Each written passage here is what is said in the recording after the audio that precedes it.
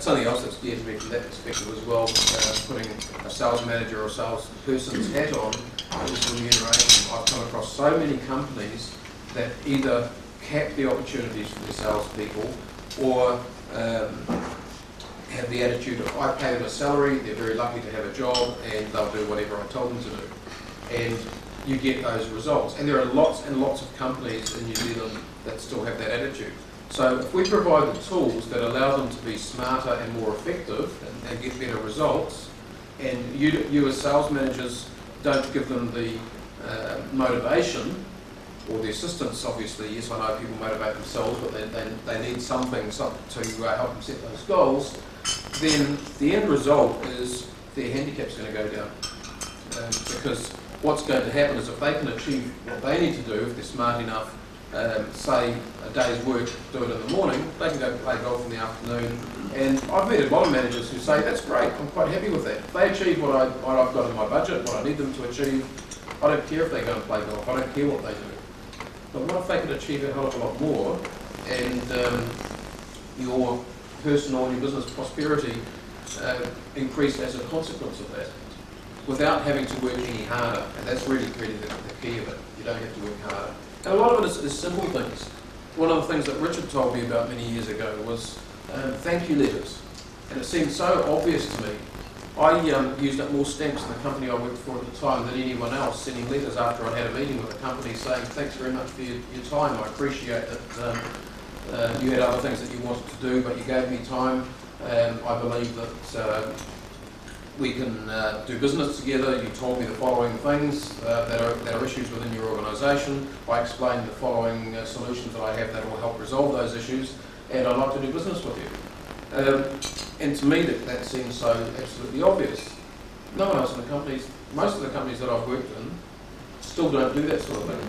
Today, I can go and visit one of you or someone out in the marketplace, hop back in my car and send you an email before I go on to my next appointment. I don't have to go back to the office and mess around with paper or scribble or get a PA or someone else to write something. I can do it all with this device and I'm finished. My paperwork's over.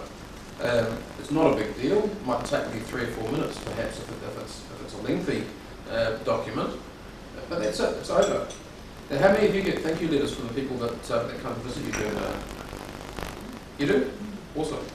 There's a few less hands coming up. To me, it's a sign of respect. It's a sign of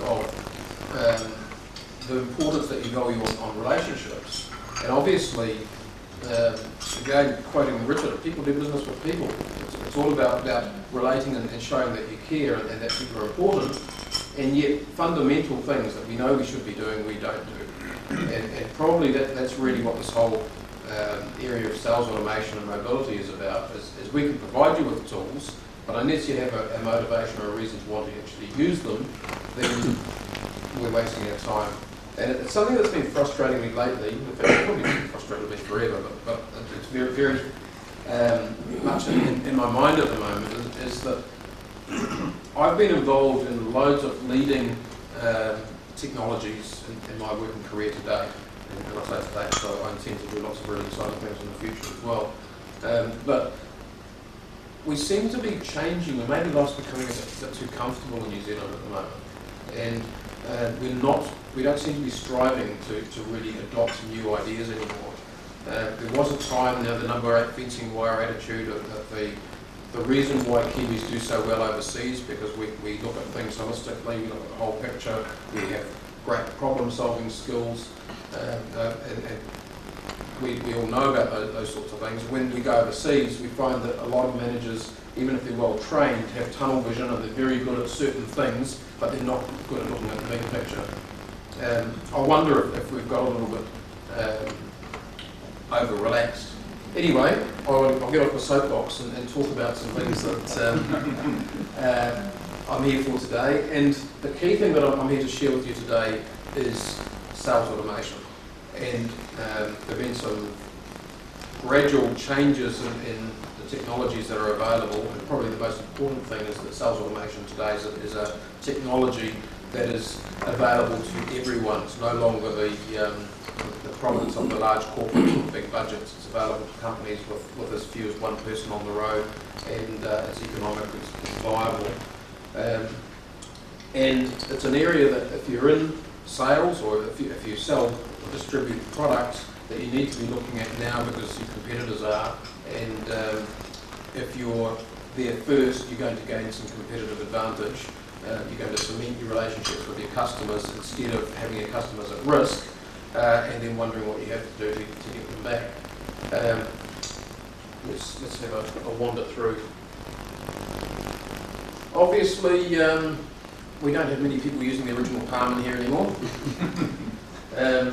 In most rooms, the percentage of people using the original palm is actually greater than those that are using these ones.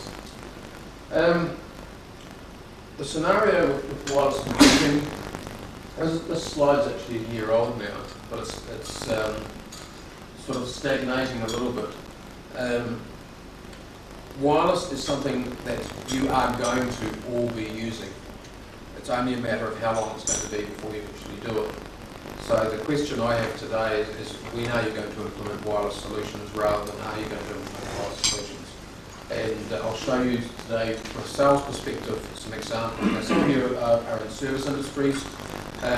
If you just think a little bit laterally and look at the solution that I'm going to show you today from a service perspective, or even just look at it from a wireless perspective as to how you can mobilise your information, because the principles are pretty much the same. The value proposition is pretty much the same, whether you use this solution or just use the concepts that are embodied in it.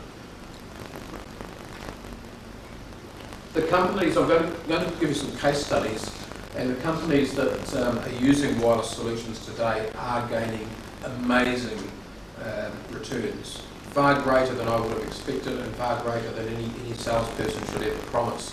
And that's really exciting because obviously if you can offer solutions to your clients and over-deliver and be confident that you're going to over-deliver, that's quite fantastic.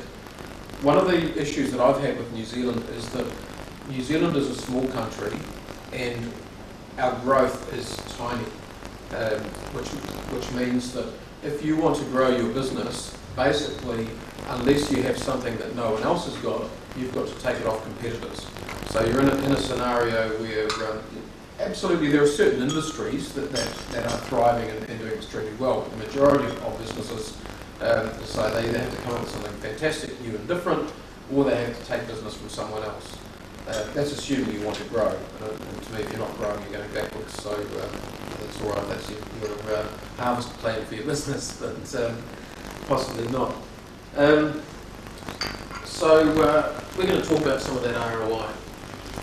Now, what I'm talking about with sales automation is basically, in this case, an electronic order pad. So the typical scenario is your analogue rep goes out on the road, and they've pre-printed stationery, they've got their price lists and so on. They go out on the road, they take orders, they scribble them down on their pieces of paper. At the end of the day, they fax them through to the head office, or maybe they take them back to the office, or they phone them through to the office. And the following morning, someone in the office has to take those orders, try and decipher them. I'm not sure what the law is, but there is a law that says that sales reps, maybe sales reps want to be doctors because they all scribble. And someone in the office has to decipher what the items scribbled, then it comes through a fax that's overused that doesn't come through very clearly.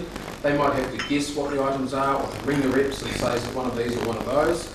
And then they key those into the accounting system. The accounting systems are another funny thing. Anyone here punch orders? When you go back to your companies, have a play. Get someone to show you how they key orders into the accounting system. Most accounting